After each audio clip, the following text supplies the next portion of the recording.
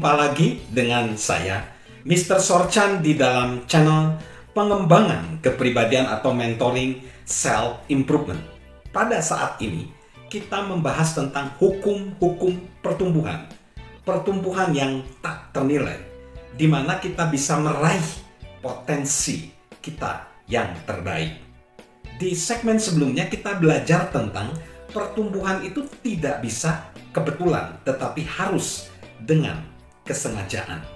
Dan saat ini kita masuk bahwa pertumbuhan itu harus dilakukan dalam kesadaran. Maka ini disebut hukum kesadaran. Kita harus mengenal diri kita supaya dapat menumbuhkan diri sendiri. Kita harus mengenal diri kita supaya dapat menumbuhkan diri sendiri. James Russell Lowell berkata, tidak seorang pun dapat menghasilkan hal-hal yang luar biasa jika ia tidak tulus sepenuhnya dalam menghadapi dirinya sendiri. Pada tahun 2004, Adam Sandler dan Drew Barrymore membintangi film komedi berjudul 50 First Dates.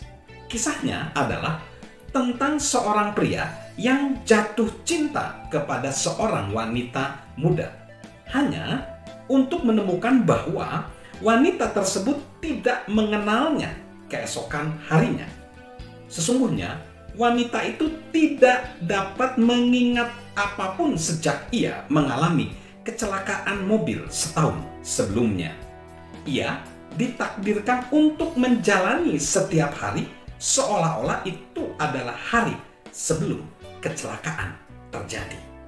Film itu cukup bagus.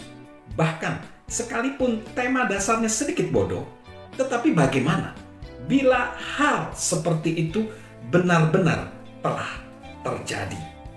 Dan benar saja, ada sebuah kasus psikologi saraf di mana seseorang yang memiliki kondisi serupa ditemukan tercatat di tahun 1957 serta telah dipelajari oleh ribuan dokter dan oleh peneliti. Pasien tersebut bernama Henry M. Ia lahir di Hartford, Connecticut pada tahun 1926 dan ia menderita sejenis epilepsi yang begitu parah serta melemahkannya sehingga ia tidak dapat berfungsi normal. Pada usia 27 tahun, ia menjalani bedah percobaan di mana bagian-bagian otaknya dibuang dalam upaya untuk mengobati epilepsinya. Kabar baiknya adalah setelah operasi tersebut, ia tidak lagi menderita serangan kejang-kejang yang melemahkannya. Selain itu, sama sekali tidak ada efek negatif terhadap kecerdasannya, kepribadiannya, atau kemampuannya untuk berinteraksi dengan orang lain secara sosial. Namun, ada satu efek samping yang mengerikan. Ia nampaknya tidak lagi memiliki ingatan jangka pendek. Henry M. tidak dapat mengingat apapun yang terjadi setelah tindakan pembedahan tersebut. Ia tidak mengenali dokter-dokternya. Ia tidak dapat mengingat jalan menuju kamar mandi. Saat kembali ke rumah, ia melakukan permainan puzzle yang sama setiap hari dan membaca majalah-majalah yang sama tanpa teringat sama sekali bahwa ia pernah melakukan semua itu.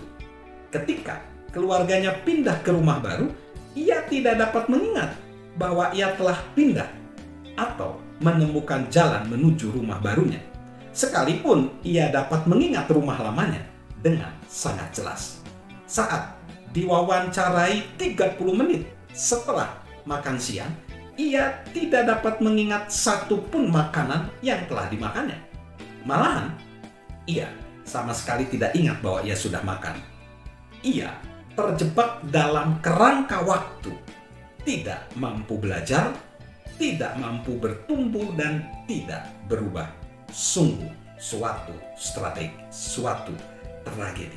Sahabat Mr. Sorchan, tragedi terjadi juga apabila kita tidak mau belajar, tidak mampu belajar, tidak mau tidak mampu bertumbuh dan tidak mau berubah. Jangan sampai terjadi tragedi itu pada diri kita. Salam untuk terus memiliki kesadaran bagi pertumbuhan pribadi kita. Salam sukses luar biasa dari saya, Mr. Sorchan. Halo guys, sahabat Mr. Sorchan. Yuk subscribe channel Mr. Sorchan, beri komentar dan share agar orang lain bisa menjadi lebih baik. Salam sukses luar biasa, salam sehat selalu dari saya, Mr. Sorchan.